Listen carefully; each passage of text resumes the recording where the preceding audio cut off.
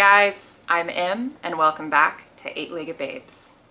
Today we are going to be rehousing my Caribena versicolor or Martinique pink toe tarantula, Blueberry. Now if you've followed me for a bit, you've probably seen Blueberry on my Instagram or in some of my shorts. I got her back in, I want to say April or May of 2025 when I also picked up my Elsas and my Lapis. And so far I've actually had 2 molts from her, which is really awesome.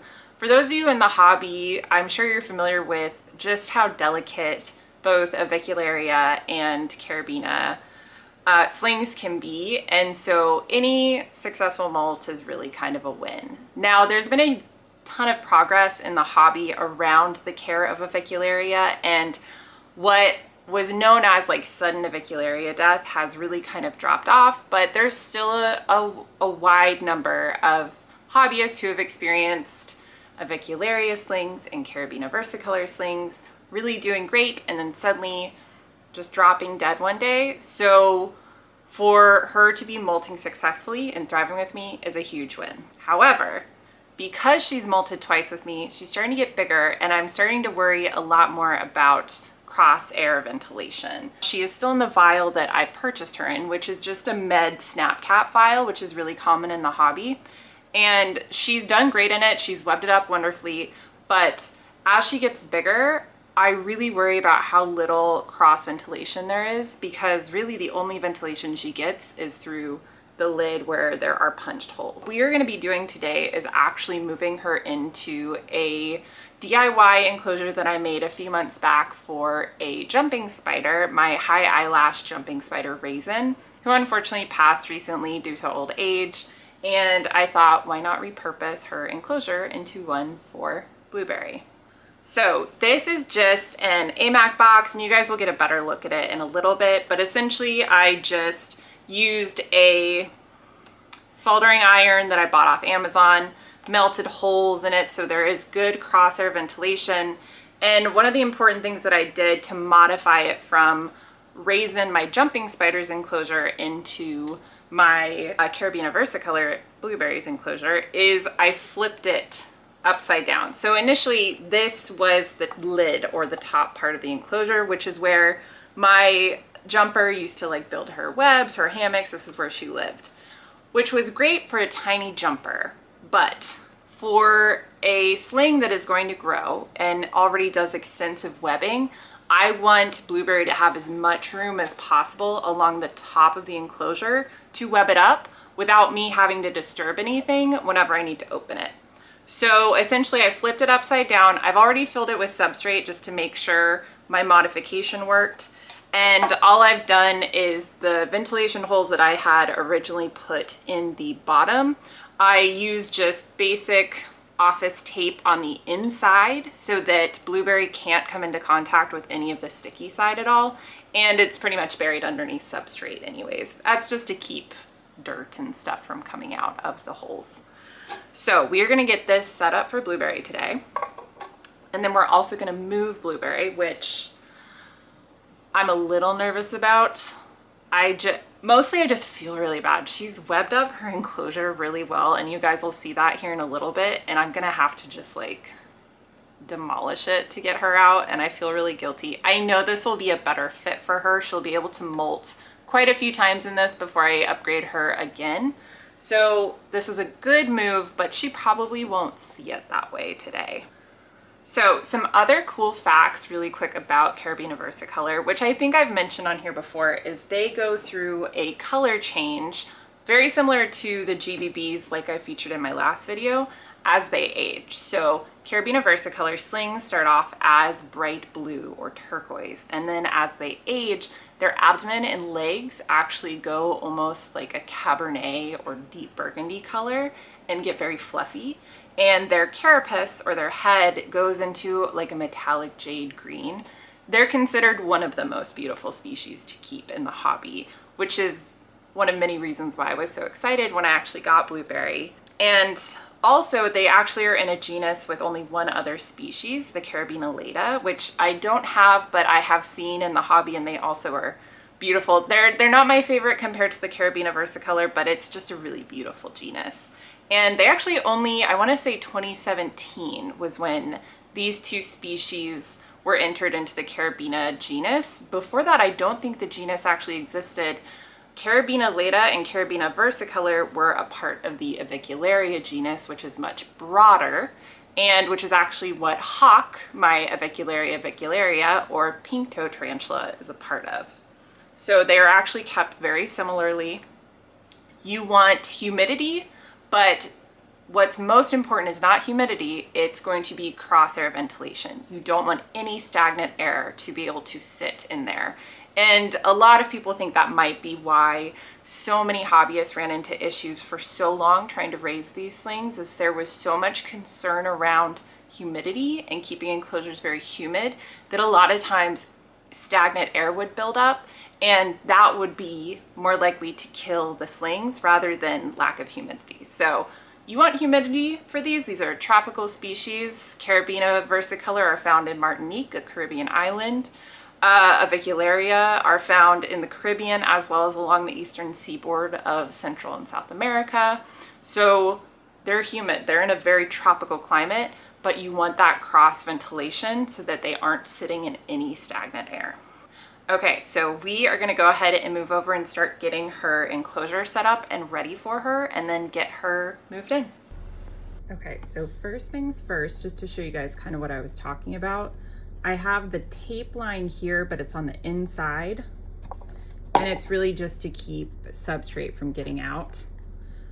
And this is a species that really doesn't require a lot of substrate. For a lot of your terrestrial species, your Brachypelma, your Grammostola, you're going to want a lot of substrate for digging, and for like Grammostola,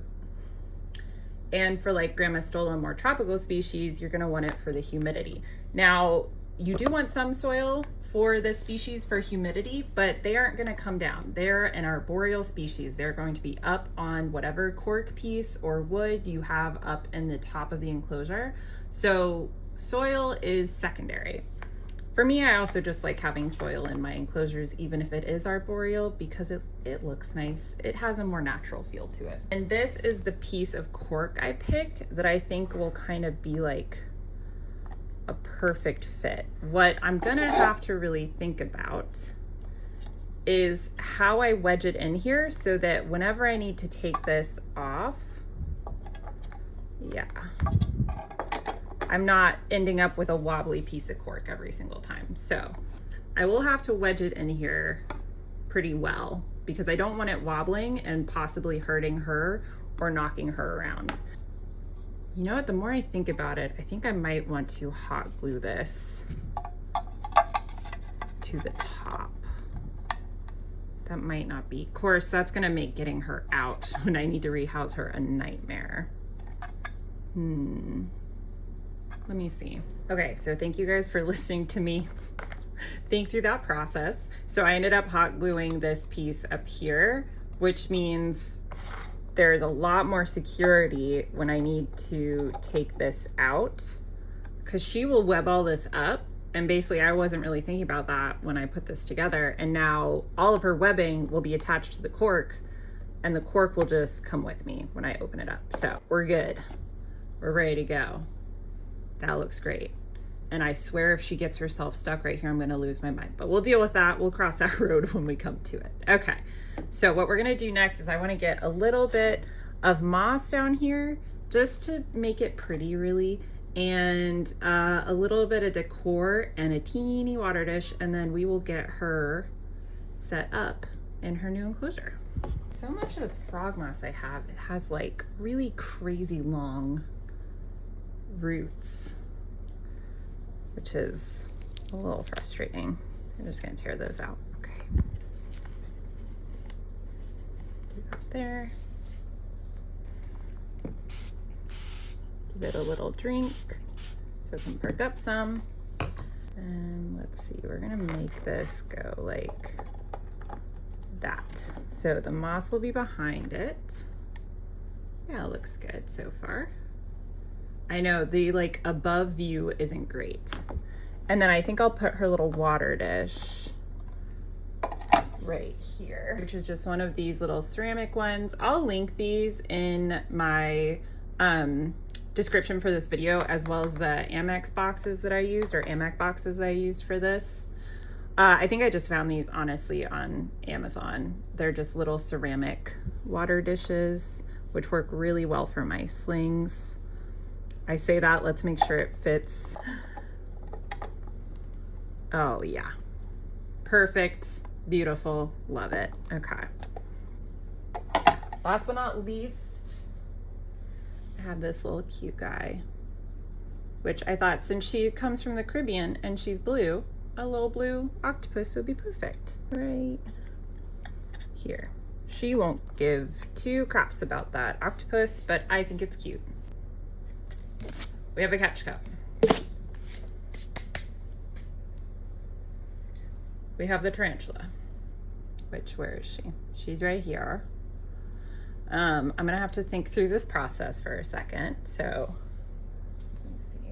I also have tongs, brush. I'm probably gonna have to pull her web out quite a bit because she's really webbed it up.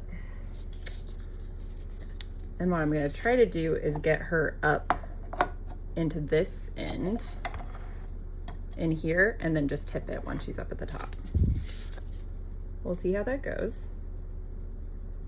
Not feeling like incredibly hopeful, but feeling a little hopeful.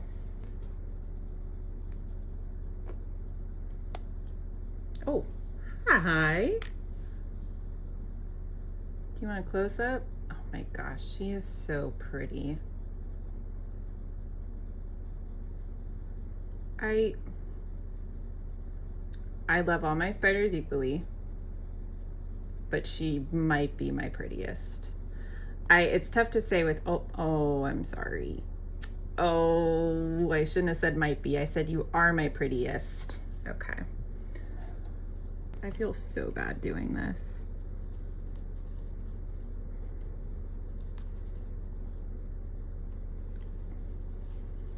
I'm a bad spider mom. Get this off. The vendor that I bought her from, the vial that she came in as like a brand new sling is still in there. So she's needed to like upgrade her living situation for a bit.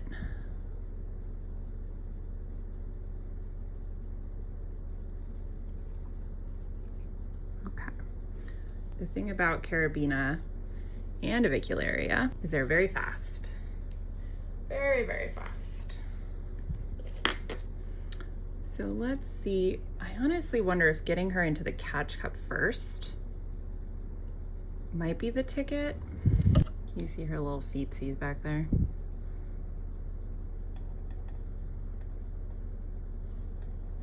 Okay.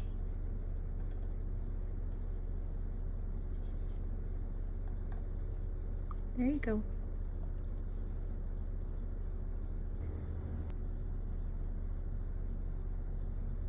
It's okay. I know it's a new plastic and we don't like that.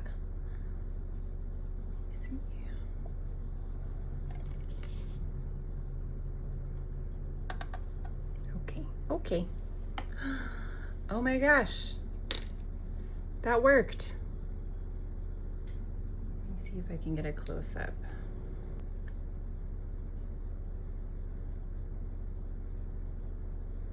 My favorite, and I think everyone in the hobby probably agrees with this, my favorite thing about avicularia and Caribena slings are their little boots.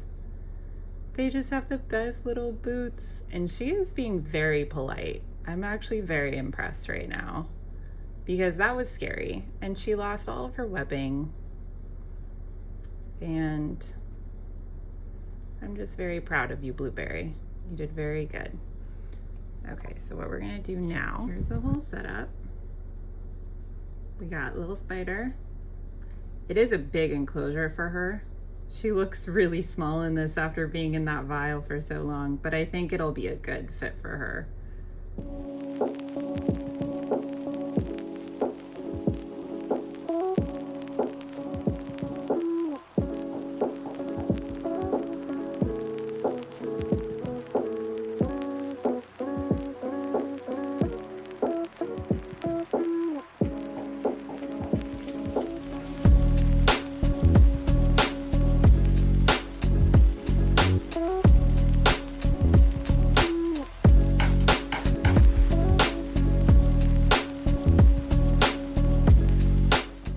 Okay, so that shockingly went much smoother than I expected, just with my own experience with rehousing hawk and other avicularias that I've dealt with. This is a lot smoother than I was expecting, so I just want to say thank you, Blueberry. I will let her settle in. I'll obviously give you guys an update to see how she does. Hopefully she gets comfortable and starts webbing up really soon. And yeah, it's honestly just really nice to be able to see her. I forgot just how much I couldn't see her in a vial like this. I was just so happy to have her. I didn't worry too much about it. And the shots I got after rehousing her and getting to see her color are insane. So obviously her well-being is the most important thing, but it is a nice added benefit that I also get to just see how beautiful a tarantula she is on a daily basis now. So that went great. I also really quick want to give you guys a very short update on Princess Peach, my green bottle blue. I got a lot of great feedback and comments from you all, and I actually ended up switching her enclosure around a little bit. It was a little too terrestrial, which was a bit of the feedback, just a bit too much dirt for even a young GBB. They just aren't gonna dig at all. So I actually switched her into a totally new enclosure with more anchor points. So she has more aerial space, more anchor points to web up, and it's honestly worked great. As you can see in this clip, she's spending all of her time up at the top on the moss and on the sticks and isn't spending any time on the substrate. So it was a good switch, and I'll give an update in a couple weeks, but I ended up switching her with my G. rosea Barbie, who is in a much smaller enclosure but was about the same size as Princess Peach. And she's now in the same size enclosure. She was in the one that I put Princess Peach in originally. And she has gone on a digging adventure. I moved her in there a week ago. Within 24 hours, she had completely restructured the entire enclosure. One whole side now is dirt. She's dug out the entire bottom. She has a massive cavern that she just likes to sit in now. And that was after I moved her from a much smaller enclosure that she really struggled. She had substrate to dig, but she just didn't really feel like she had the room to dig, I think. So it's been a good switch around, not just for Princess Peach, but also for Barbie. So once again, thank you guys so much for just the awesome comments and feedback. I really didn't expect that video to blow up the way it did, so thank you guys. And as always, thank you so much for watching my videos. If you enjoy my content, be sure to check out my Instagram, 8-Legged Babes, and check out my reels and still shots, and also just like silly personal life posts that I make. And be sure to like and subscribe. And as always, have a great rest of your day. Thanks, guys.